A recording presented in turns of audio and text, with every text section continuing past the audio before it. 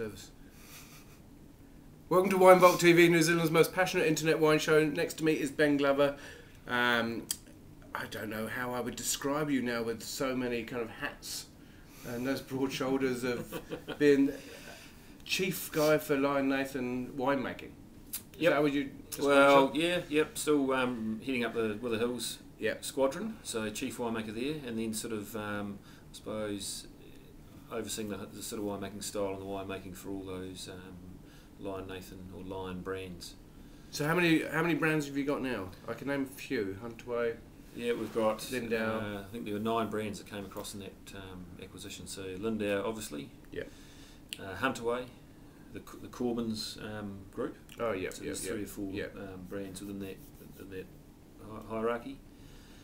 And then there's a few brands, sort of like Jackman Ridge and Co, that sort of sit at that value. And which is the biggest brand? Is it Wither Hills or is it Lindau? I'd say as a brand it would be Lindau, then Wither Hills by volume. Yeah. Yeah. And I guess like for a lot of people in Wither Hills got a bit notorious in '06. Correct. With some kind of scandal, and then kind of Yep. as really ridden that out.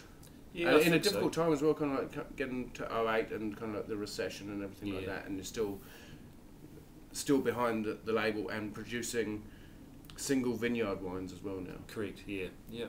I think the '06 situation and it probably, in hindsight, brought the brand into the mainstream public arena, particularly the Sauvignon Blanc. Yeah. I think the challenges from then on was actually showing the public that we had Pinot Gris, Chardonnay, and Pinot Noir behind that Sauvignon Blanc wine as well. And then obviously, the perfect storm, '08 being a big vintage, and the global financial crisis. We really had to batten down the hatches. Yeah, and you're riding that out, and you've acquired these other brands as well. So I mean, it's a pretty big portfolio for Lion right now in New Zealand. Yeah, totally. Yeah, no, it's huge and exciting, to be honest. There's a lot of work going in behind the background to make sure that I think Lion as a group, both distribution wise and operationally wise, we have all that capability to make it pretty seamless. And the last vintage, I mean, because the last vintage on record was kind of like the biggest. Yes. But also a lot of people talked about it being really, really good. Yeah, look, I'm pretty happy with Vintage 11. We've just almost signed off our Sauvignon Blanc blend, which I think you could say is probably a bit late in the piece compared to others.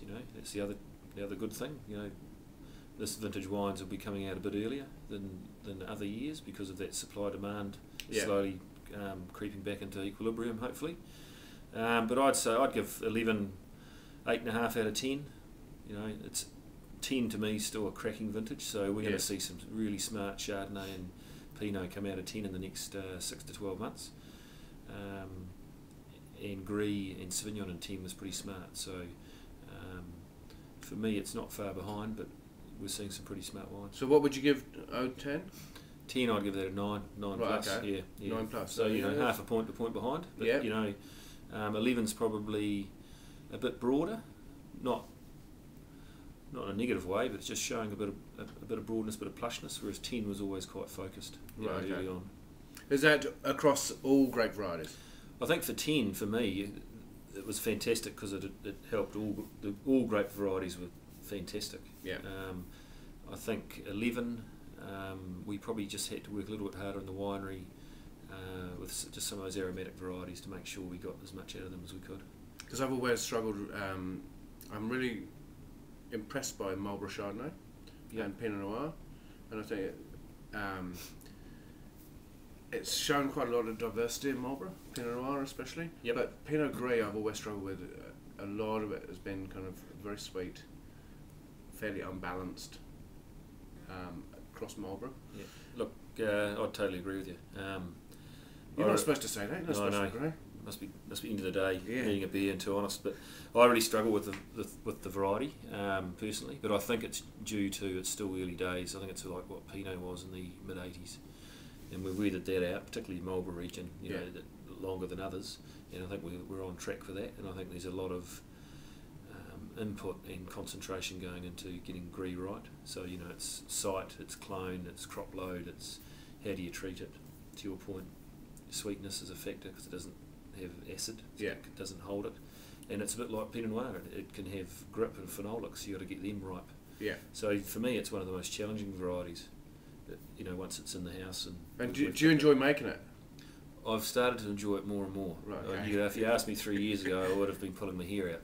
Right. Okay. But I am starting to get a guide on where we're stylistically where I think Marlborough should be. You know, give or take. And where's that? Well, probably crudely speaking, in between Grigio and Alsace. Right. Okay. So we're not going to be really oily. Yeah. You know, and high alcohol to a degree, but we're not going to be very. We can be very Alsace. Very Grigio-like. Yeah. But I think we're in the middle because we have such fantastic aromatics, and we can get some lushness without being too oily.